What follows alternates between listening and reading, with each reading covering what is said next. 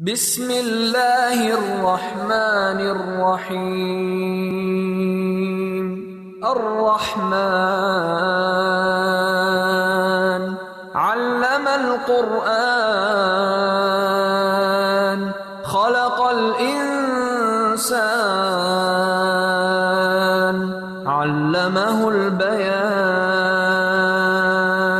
البیان ترجمہ قرآن اور مختصر تشریح پر مبنی پروگرام، مقررہ ڈاکٹر فرحت ہاشمی۔ السلام علیکم ورحمۃ اللہ وبرکاتہ۔ پروگرام البیان کے ساتھ آپ کی خدمت میں فرحت ہاشمی حاضر ہے۔ آج کا پروگرام سورۃ البقرہ کی آیات 199 سے 196 پر مشتمل ہے۔ آئیے آج کا پروگرام شروع کرتے ہیں اللہ کے نام سے۔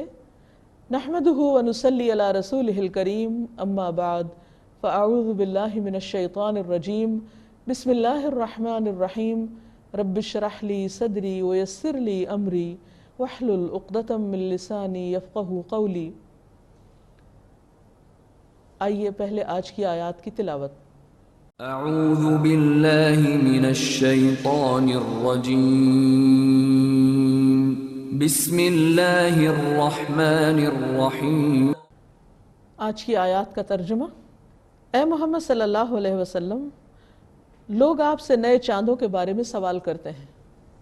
کہہ دیجئے کہ وہ لوگوں کے لیے اور حج کے لیے مقرر اوقات ہیں، اور نیکی یہ نہیں کہ تم گھروں میں ان کے پیچھے کی طرف سے آؤ، بلکہ نیکی اس کی ہے جو تقوی اختیار کرے، اور گھروں میں ان کے دروازوں سے آیا کرو، اور اللہ سے ڈرو تاکہ تم فلاح پاؤ، اور اللہ کی راہ میں ان لوگوں سے لڑو جو تم سے لڑتے ہیں، اور زیادتی نہ کرنا، بے شک اللہ زیادتی کرنے والوں کو محبوب نہیں رکھتا۔ اور تم جہاں انہیں پاؤ قتل کر دو، اور تم بھی ان کو نکال دو جہاں سے انہوں نے تم کو نکالا ہے، اور فتنہ قتل اور خون ریزی سے کہیں بڑھ کر ہے۔ اور تم ان سے مسجد محترم یعنی خانہ کعبہ کے پاس نہ لڑنا جب تک وہ تم سے اس میں نہ لڑیں، ہاں اگر وہ تم سے لڑیں تو تم ان کو قتل کر ڈالو، کافروں کی یہی سزا ہے۔ پھر اگر وہ باز آ جائیں تو اللہ غفور الرحیم ہے۔ اور ان سے جنگ کرو یہاں تک کہ فتنہ باقی نہ رہے اور دین اللہ ہی کے لیے ہو جائے، اور اگر وہ فتنہ سے باز آ جائیں تو ظالموں کے سوا کسی پر زیادتی نہیں۔ محترم مہینے کے بدلے میں ہے، اور حرمتوں کا بھی قصاص ہے۔ بس جو کوئی تم پر زیادتی کرے تو جیسی زیادتی وہ تم پر کرے ویسی ہی تم ان پر کرو، اور اللہ سے ڈرتے رہو اور جان رکھو کہ اللہ متقی لوگوں کے ساتھ ہے۔ اور اللہ کی راہ میں مال خرچ کرو، اور اپنے آپ کو اپنے ہاتھوں ہلاکت میں نہ ڈالو، اور تم نیکی کرو، بے شک اللہ نیکی کرنے والوں کو محبوب رکھتا ہے۔ اور اللہ کے لیے حج اور عمرہ کو پورا کرو، اور اگر تم گھیر لیے جاؤ تو قربانی کے لیے جو میسر ہو کر دو، اور سر نہ منڈاؤ جب تک قربانی اپنے ٹھکانے پر نہ پہنچ جائے۔ اور اگر تم میں سے کوئی بیمار ہو یا اس کے سر میں کسی طرح کی تکلیف ہو تو اگر وہ سر منڈا لے تو اس کا فدیہ دے، روزہ یا صدقہ یا قربانی کا۔ پھر جب تم امن میں آ جاؤ تو جو حج تک عمرے سے فائدہ اٹھانا چاہے وہ جو قربانی میسر ہو کرے، اور جو قربانی نہ پائے وہ 3 روزے رکھے، اور جو قربانی نہ پائے وہ 3 روزے رکھے ایام حج میں، اور 7 جب تم واپس لوٹو، یہ پورے 10 ہوئے۔ یہ حکم اس شخص کے لیے ہے جس کے اہل و عیال مکہ میں نہ رہتے ہوں، اور اللہ سے ڈرتے رہو اور جان رکھو کہ بے شک اللہ سخت سزا دینے والا ہے۔ ان آیات کی اب وضاحت سنتے ہیں۔ فرمایا یسألونک عن الأہلہ، لوگ آپ سے چاند کے بارے میں پوچھتے ہیں۔ اہلہ ہلال کی جمع، ہلال کہتے ہیں پہلی رات کے چاند کو جس کا سبھی کو انتظار ہوتا ہے۔ چاند کا گھٹنا بڑھنا ہمیشہ سے لوگوں کو اپنی طرف متوجہ کرتا رہا ہے۔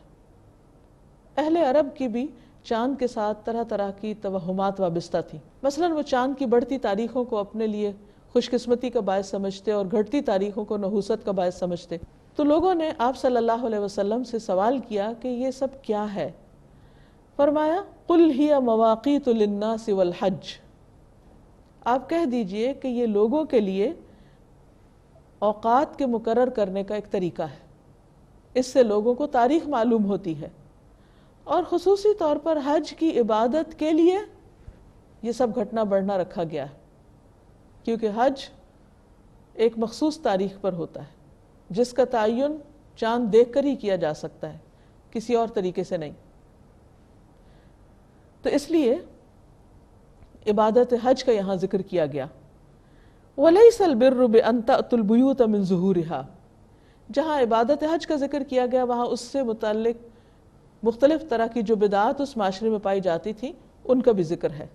ان میں سے ایک یہ تھا کہ احرام کی حالت میں اگر لوگ گھر سے ایک دفعہ نکل جاتے تو وہ واپس اگر کسی کام سے ان کو آنا پڑتا گھر میں تو وہ دروازے سے نہیں آتے تھے، کیونکہ ان کے خیال میں سر کے اوپر کوئی سایہ نہیں آنا چاہیے، کیونکہ جیسا آپ جانتے ہیں کہ احرام کی حالت میں سر کھولا جاتا ہے، اس پہ کپڑا نہیں لپیٹا جاتا، مرد حضرات جس طرح احرام پہنتے ہیں۔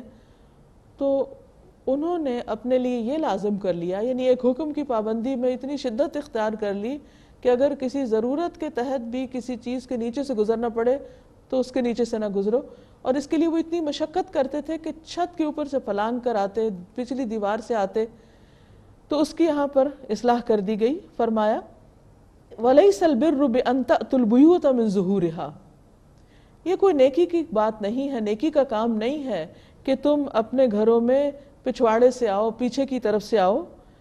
وَلَكِنَّ الْبِرَّ مَنِ اتَّقَى، لیکن نیکی تو اس کی ہے جو تقوی اختیار کرے، اللہ سے ڈرے۔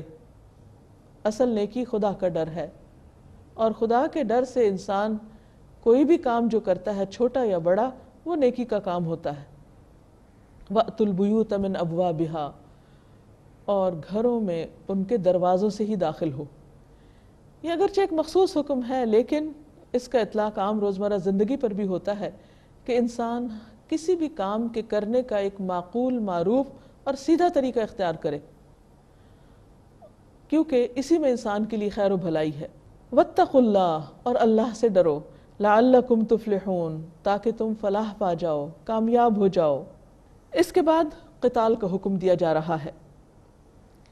مکہ میں مسلمان کمزور تھے، لہٰذا طرح طرح کی تکلیفیں برداشت کرتے رہے اور کوئی جوابی کارروائی نہ کر سکے۔ وہاں جوابی کارروائی کرنا ممنوع تھا۔ رسول اللہ صلی اللہ علیہ وسلم جب مدینہ میں ہجرت کر کے تشریف لے آئے تو یہاں بھی آپ کے دشمنوں نے آپ کو چین سے بیٹھنے نہیں دیا۔ دوسرے ہی سال ہجرت کے جنگ بدر ہوئی، پھر اس کے ہر سال بعد مختلف جنگیں پیش آتی رہیں۔ تو یہاں اس آیت میں پہلی بار مسلمانوں کو ان لوگوں سے لڑنے کی اجازت دی جا رہی ہے جو مسلمانوں سے آمادہ قتال ہیں اور وہ ان سے لڑنا چاہتے ہیں۔ تو اس کے احکامات بتا دیے گئے۔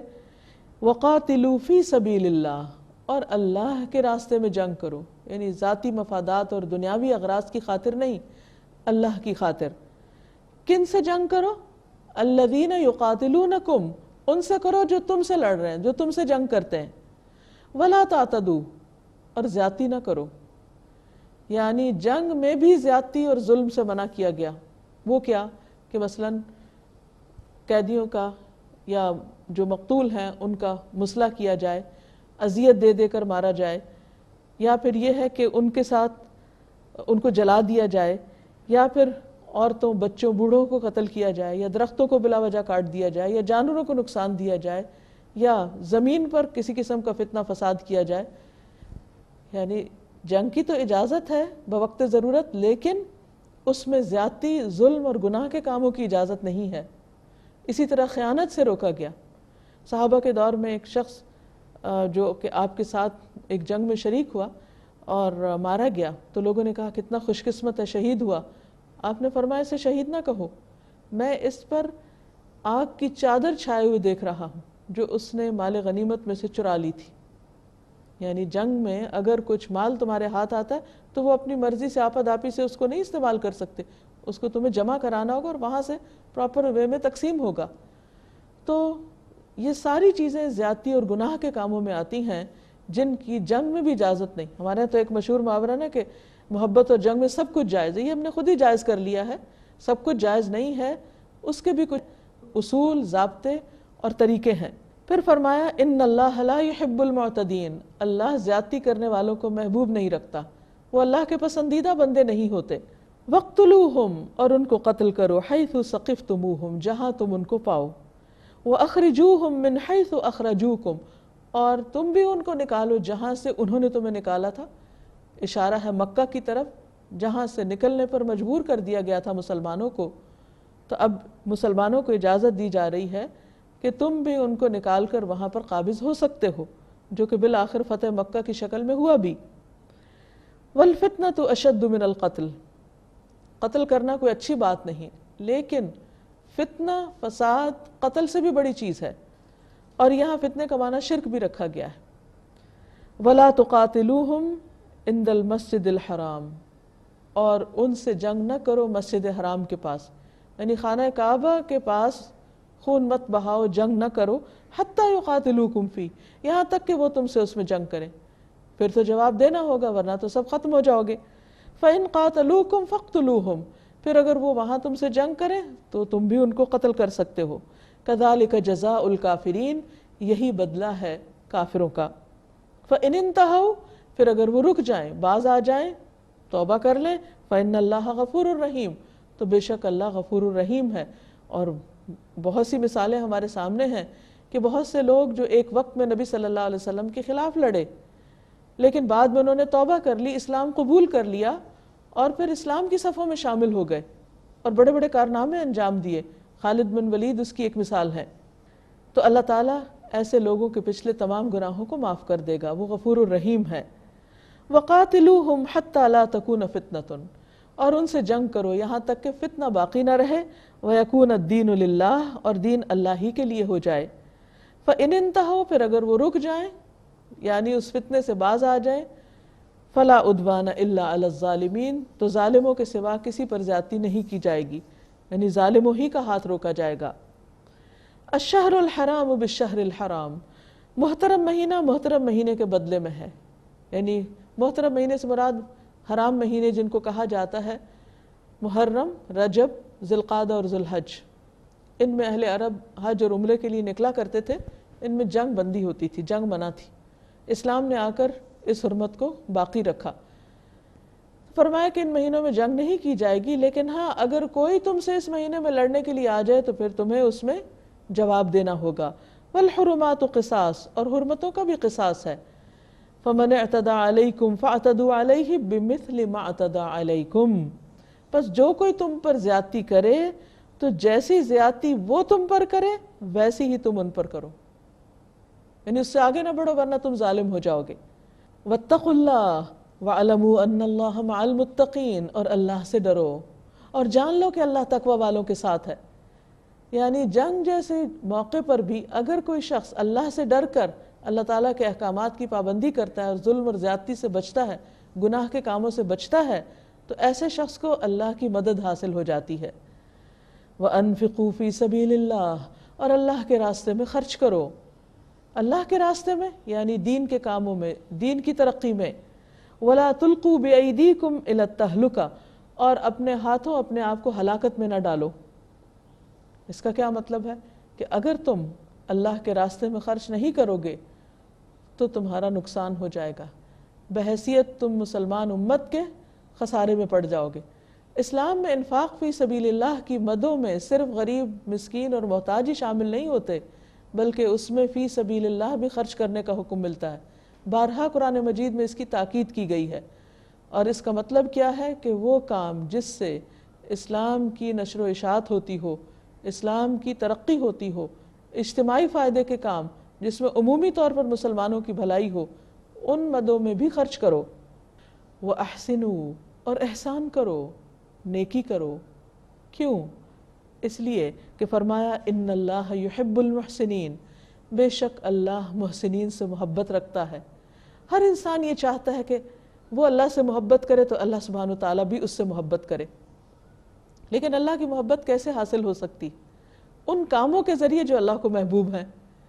اس لیے احسان کا رویہ، اللہ کے راستے میں مال خرچ کرنے کا طریقہ اللہ کی محبت حاصل کرنے کا ذریعہ ہے۔ پھر فرمایا وَأَتِمُّ الْحَجَّ وَالْعُمْرَةَ لِلَّهِ، حج اور عمرہ اللہ کے لیے پورا کرو، مکمل کرو، یعنی جب حج عمرے کے لیے احرام پہن لو تو پھر خواہ وہ نفلی ہی کیوں نہ ہو تم اسے تکمیل تک پہنچاؤ۔ فَإِنْ أُحْصِرْتُمْ، پھر اگر گھیر لیے جاؤ، حج پورا نہیں کر سکتے، کسی وجہ سے رکاوٹ آ گئی، تو پھر کیا کرو؟ اب کفارہ کیسے ہو اس کا؟ فَمَسْتَيْسَرَ مِنَ الْهَدْيِ، تو جو بھی میسر آئے قربانی میں سے نہیں قربانی کرو. وَلَا تَحْلِقُوا رُؤُوسَكُمْ حَتَّى يَبْلُغَ الْهَدْيُ مَحِلَّهُ، کیونکہ حج ایک ریچول بھی ہے، تو اس لیے تم اس وقت تک اپنا سر نہ منڈاؤ، کیونکہ حج کے اختتام پر سر منڈایا جاتا ہے یا بال کٹائے جاتے ہیں، یعنی احرام کھولنے کے موقع پر یہ ہوتا ہے. تو ایسا نہیں کہ تم اگر آگے نہیں بڑھ سکتے تو وہیں احرام کھول دو، قربانی اپنی جگہ پہنچی ہے یا نہیں. فرمایا کہ نہیں، سارے ریچولز کو اپنے طریقے پر پورا ہونے دو. وَلَا تَحْلِقُوا رُؤُوسَكُمْ حَتَّى يَبْلُغَ الْهَدْيُ مَحِلَّهُ فَمَنْ كَانَ مِنْكُمْ مَرِيضًا، پھر جو کوئی بیمار ہو، تو مریض کے احکامات مختلف ہیں. او بِهِ أَذًى مِّن رَأْسِهِ، یا اس کے سر میں کوئی تکلیف ہے، بال نہیں مڈا سکتا، فَفِدْيَةٌ مِّن صِيَامٍ، یا یہ کہ وقت سے پہلے اس کو بال منڈانے ہیں، جوئیں وغیرہ پڑ گئی ہیں، تو پھر اس کا کیا کرے؟ فدیہ دے دے. فدیہ کیا؟ من صیام، روزے سے، او صدقۃ، یا صدقہ، او نسک، یا قربانی. فَإِذَا أَمِنْتُمْ، پھر جب تم امن میں آ جاؤ. فَمَنْ تَمَتَّعَ بِالْعُمْرَةِ إِلَى الْحَجِّ، تو جو حج تک عمرے سے فائدہ اٹھانا چاہے، یعنی حج تمتع کرنا چاہے جس میں حج اور عمرہ ایک ہی سفر میں کیے جاتے ہیں. فَمَا اسْتَيْسَرَ مِنَ الْهَدْيِ، تو جو بھی میسر آئے قربانی میں سے قربانی کرو، یعنی اس حج میں قربانی لازم ہے. فَمَن لَّمْ يَجِدْ، تو جو قربانی نہ پائے، پیسہ ہی نہیں اس کے پاس یا مل ہی نہیں رہی کہیں، تو کیا کرے؟ فَصِيَامُ ثَلَاثَةِ أَيَّامٍ فِي الْحَجِّ، تو ایام حج میں 3 روزے رکھ لے. وَسَبْعَةٍ إِذَا رَجَعْتُمْ، اور 7 واپس گھر آ کر. تِلْكَ عَشَرَةٌ كَامِلَةٌ، یہ 10 روزے مکمل رکھنے ہوں گے قربانی کے عوض. ذَلِكَ لِمَن لَّمْ يَكُنْ أَهْلُهُ حَاضِرِ الْمَسْجِدِ الْحَرَامِ، یہ حکم اس کے لیے ہے جس کا گھر بار مسجد حرام کے پاس یعنی مکہ میں نہ ہو. وَاتَّقُوا اللَّهَ، اور اللہ سے ڈرو. وَاعْلَمُوا، اور جان لو، أَنَّ اللَّهَ شَدِيدُ الْعِقَابِ، کہ اللہ سخت سزا والا بھی ہے. یعنی اللہ کے احکامات ان کی پوری پابندی کرو، ان ریچولز کو صحیح طور پر نبھاؤ. یعنی مثلا اگر کوئی شخص حج کا ارادہ کرتا ہے تو جانے سے پہلے اسے پوری طرح سیکھنا چاہیے کہ حج کیسے ادا ہوتا ہے. یہ نہیں کہ یہاں انسان ایک بھیڑ میں شامل ہو جائے اور جا کر جو دل میں آئے کرے اور جو جیسے چاہے وہ اپنے کاموں کو کر لے حج کے، تو اس طرح حج ادا نہیں ہوتا. نماز ہو یا حج ہو یا زکوٰۃ ہو، ان تمام امور میں جو طریقے نبی صلی اللہ علیہ وسلم نے تفصیل سے سکھائے ہیں ان کی پابندی بہت ضروری ہے، ورنہ فریضہ ادا نہیں ہوتا. تو اللہ تعالیٰ سے دعا ہے کہ اللہ تعالیٰ ہمیں کاموں کو اسی طرح کرنے کی توفیق دے جس طرح اس کو پسند ہے. آپ سب کے لیے دعائیں اور نیک تمنائیں. السلام علیکم ورحمۃ اللہ وبرکاتہ.